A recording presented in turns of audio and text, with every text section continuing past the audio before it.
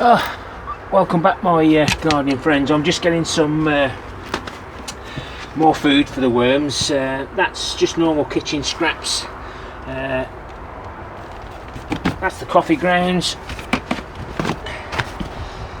a little bit of shavings from the chainsaw. The worms haven't got teeth, so they need something to help break the food down. So I'll use eggshells, blended eggshells, a little bit of leaf mould. Worms love the leaf mould. Tea from tea bags. I dry my tea out because it stores better. As we know, quite a few of the tea bags still aren't 100% biodegradable, etc. These are some of the wood chips, and then we've got some soil from molehills.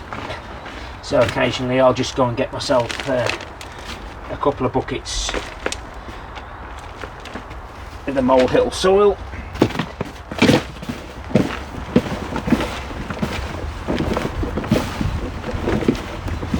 And adding those few other ingredients just helps encourage the worms to have a good feed. And later on I'll show you filling the underground worm farms on the permanent bean bed. I'll just get myself tidied up. If I don't tidy up as I go along, it gets left, and I'll wanted just to show you in the greenhouse on plot 1. This is my gravity fed wick guttering system. So there's a gutter all the way around there, and it worked out okay. It worked.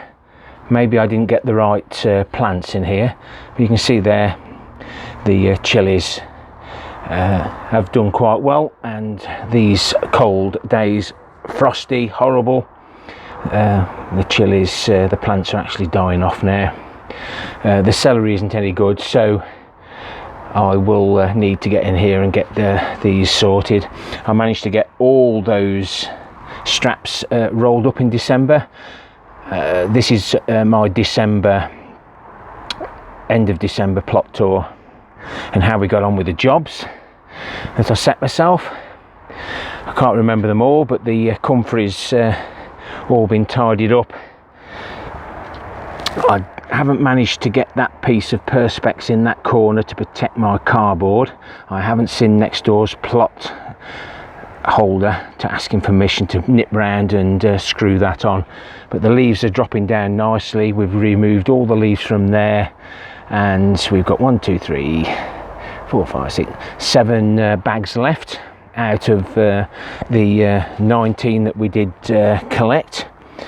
We've got some more compost, so we're now up to 17,950 litres of found compost. We'll show you my latest find, and we've got some nice wood chips here, better than what we did down this side, but we managed to cut all this back. And the wildflower garden is looking a lot better. I managed to get all the horrible stuff out.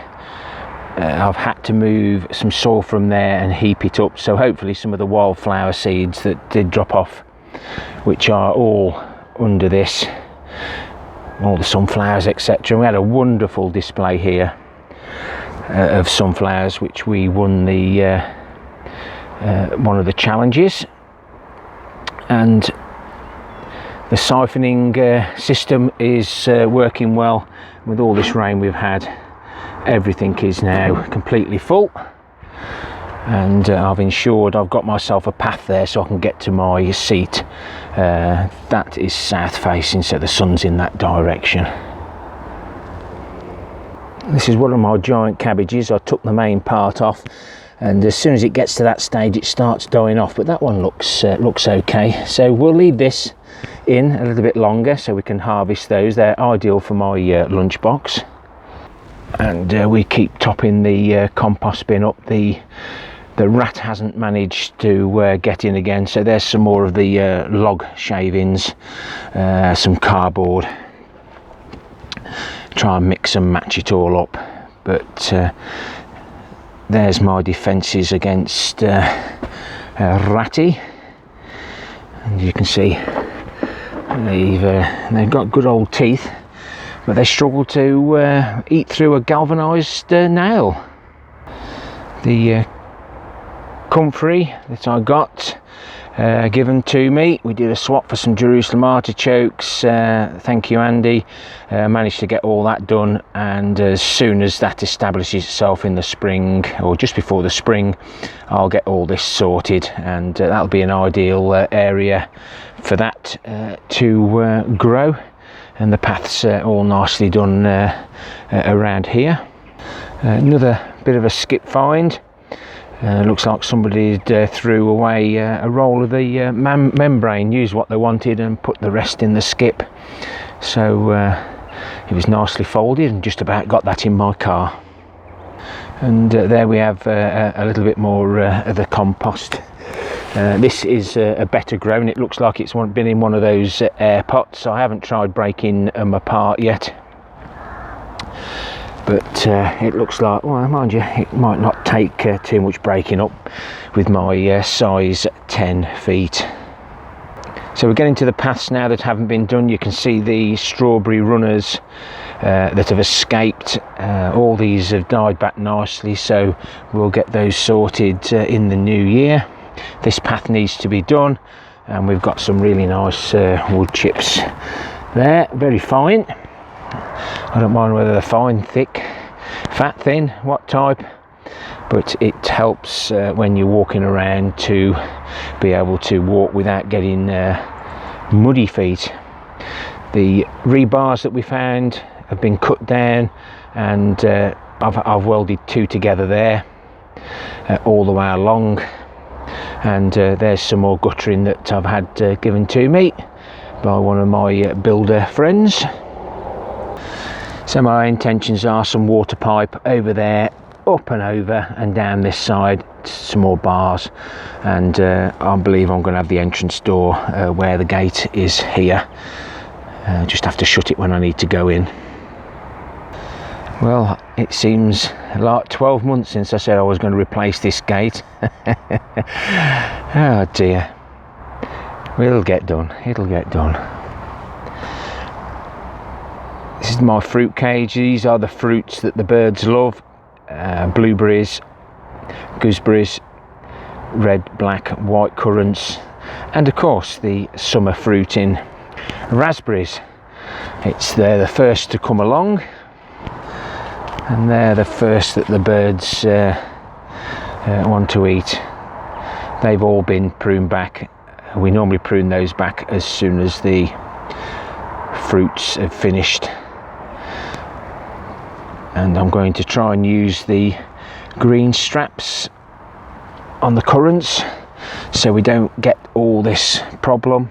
So I'm going to grow them more as a cordon straight up, and hopefully we won't get them fall over and the branches break. The square foot gardening beds are all covered over. I'm going to be taking the soil out of there, using it elsewhere. That'll be something else later on. And there's where the vertical garden, and I use those buckets at an angle, and I'm not been harvesting anything off the New Zealand spinach, but it's just there to see how it gets on. And again, we've got some more bars here, and we're going to be doing the same here. This will just be for shade. That's the south, so when the sun comes up from the east, it comes this way, and then the plants all get respite at midday, but some of the plants still struggle, so I'm going to net it off. We'll work our way up. The asparagus, still kicking it, it's still going well. There's a few that have died off completely, but we're going to let it die back naturally. Feed those crowns, the roots. There's the underground worm farms, and there's the food. And I may regret feeding them again because the mice will just dig everything up. This is the green manure, field beans and mustard, and I do believe a great big pile of soil there where, oh, he might even be in there. He's made it in, look. He's actually got in.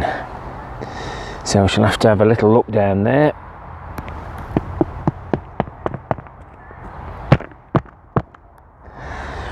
See if he's at home. The holes that I drill in the sides to let the worms in and out may be too big, and the mice can get in quite easily. This is the bed. We've added the extra scaffold plank, so 3 scaffold planks high. We started off with 2s. I've got spare soil. I've been mixing wood chips and the soil that I'll show you later on, and and then I'm going to mix some leaf mould in with this, and that's the last red cabbage, and there's my glass shade, so it's just protecting that. A hell of a lot of green fly on the kale, on the dwarf kale. There's some of the sprouting broccoli, but this kale has been so much better. Hardly any white fly here on plot 3. Broad beans, Bunyard's exhibition. Hopefully in the spring, early summer, we'll have a nice early crop before the black fly arrives. And some of the Swedes are still hanging on in there. They should last through the winter. If they rot off, they rot off, but as long as we get 1 or 2 for the odd stew or 2, that's all that matters. Added another plank to this one just to help stop the pigeons getting to these. They're a winter cabbage, so they'll be ready in spring. And overall they don't look too bad, just the leaves getting a few marks on them, and I still haven't been able to find out what's having a nibble. These are the broad beans from Marie Curie, crimson I believe. Nice flowers, so we'll be looking forward to those. Those are doing well now. And there's the sprouts, the Crispus F1. I've removed the stalks now from the others, and I've topped this up with soil because you'll see in a minute I've been busy, and we've still got some nice sprouts there. And somebody mentioned to me about how the sprouts were going round, and that one's going in the opposite direction. Does anyone really know why it does that? Might help us. So these are the claret sprouting broccoli, and we've had some high winds, and it looks like I've got to adjust the strings again just to hold them up a little bit, but overall they didn't do too bad. And then we've got more of that kale, which is that variety. Now we're just about to do the polytunnel rebuild, so we'll show you that shortly. And the only reason I've got 10 barrels here is because I needed to fill them with water. I didn't want to be short, and normally there's just 4 barrels here. And then we move on to the permanent potato bed. So these will have potatoes in all year round. I've just started on the white variety that we found on plot 1. When we actually, if you look at hashtag starting a new allotment in my playlist, we found loads of things, and I've still got the purple variety and the white variety that I found. And all the potatoes have now been planted. So there's the white potato that we found, it's the same as that row there. Pink fir apple from Steve's Allotment. This one, that's the purple. There's the kestrel from Gary, who doesn't have a plot here now, he's got his own growing space at home. Then Picasso from Alan, and then we've got a row here of the Sarpo from my own seed pods. And we've planted them all late autumn, sloped the cardboard over and held them down with some more pots of compost, another bit of cocoa coir. Under here are the carrots that we cut off. You can see they're starting to grow, and I created with some pipe work just to let the water slope off. With carrots you don't want them getting too wet. I was too late doing it anyway. This bed is empty, we took those carrots out. Here's the parsnips, I'll just squeeze by. So I'm using my head to hold the coal frame up, and there we have the parsnip gladiator. We sowed these on the 20th of the 9th, and there was the parsnip gladiator F1. It was old seed, sort of, but they all germinated. So we'll see how quickly we get a crop in the new year. This was the celery bed. These are the carrots. We've now covered these up. There's not many left. I'm not going to show you. Come on, let's get it right. The Autumn King 2. We've had some good carrots out of there. This bed has never had nothing in it because we've been working on getting these last few beds all sorted. All the guttering's been washed the best we can and stacked in there now, ready to set up for the long roots. Again, another gravity fed watering system, so all the water goes into that barrel and then it goes all the way across, and these are all now full as well. We get quite a bit of water off these quadruple bins. There's my elephant garlic. All the garlic has actually germinated and growing, sprouted, whatever you want to call it. And then the grizzly shallots, it's a French variety, I'm sure I spelt variety wrong there, from Alan. And then these are the ones that are going to seed. They're the banana shallots, the long red Florence. We had some excellent crops. This bed hasn't had nothing in it. This is the bed that we saw last month, jobs for November. I've managed to get it done. There was a barrel over there that used to be in the tunnel. I'll show you that shortly. I've done that today. It's been a mess, and I've now got the last pallet bed, and we should be able to get this rubbishy soil. I call it rubbishy soil. You'll probably say it's the best soil you've ever seen. And I've managed now to get to the bottom of my steps. And another job for December was to get this rope on, just so that I can steady myself when climbing up or down, especially when I've got the camera in my hand. So I've just been doing a little bit of setting out. That's going to be the doorway, 4x4 on there. Then we'll have 3x2s. We're going to raise it up about 1 metre, then stick the frame back on. And I've changed my mind yet again. Now let me go down the other end.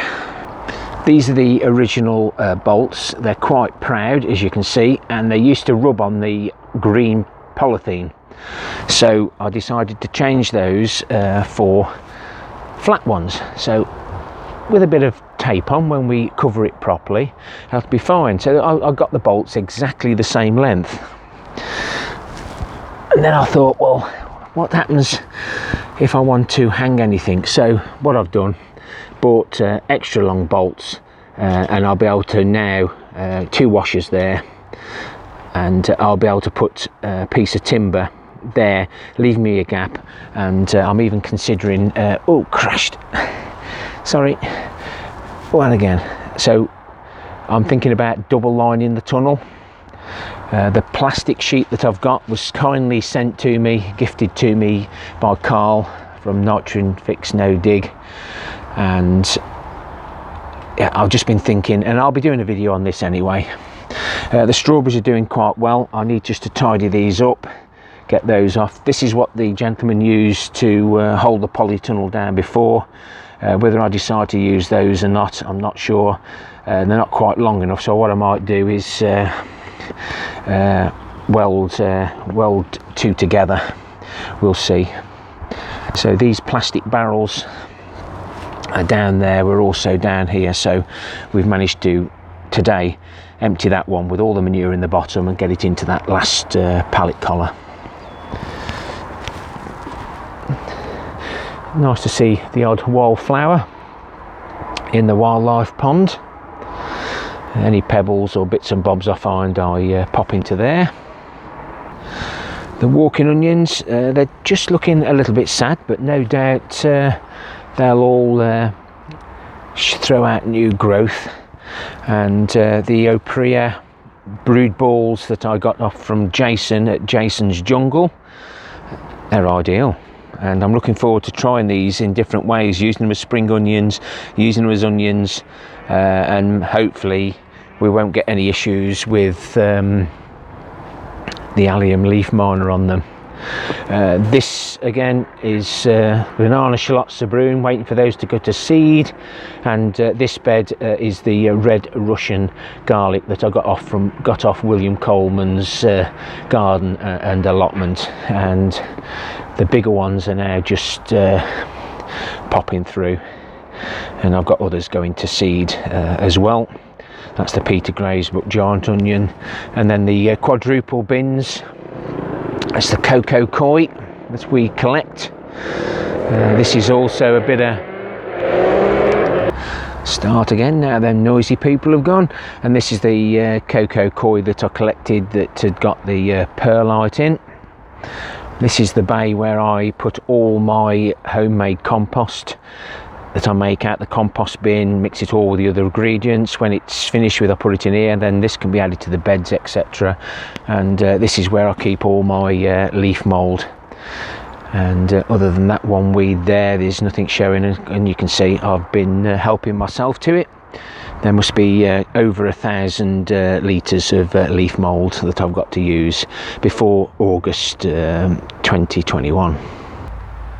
I'm not going to touch that one where the mouse has been in, but I want to just set a trap inside. I don't like putting traps about because of all the other birds and creatures that might get caught in them. So I've used the thick cardboard, and that's a piece of wood that this screws into. They need changing. This is the material that's in the bottom. I won't take that out today. I'll just add to it. This will send the mice and the rats absolutely mad. It looks like I've just got to be careful now. Just close that up. The ground's very frosty still. Keep an eye on that one. But yeah, that's all it is. Just keep feeding them occasionally. I'll miss out on the one in the top right hand corner of the screen, and I'll do the other one so that they the worms migrate from one to another. Feed them separately. Just don't know how he's got in, whether he's gone right down and come in underneath, but even in there's no signs, and you may be able to see the holes there. They're only very, very small, but they can get through. We'll soon find out. We'll keep an eye on that. Thank you very much for watching, and if you're new to my channel, then why not consider subscribing. If not, thank you for the visit, and please leave me a comment. So this was the end of December plot progress. My next video will be the jobs for January, and I'll be doing an update at home on the SF 150 and my giant cabbages.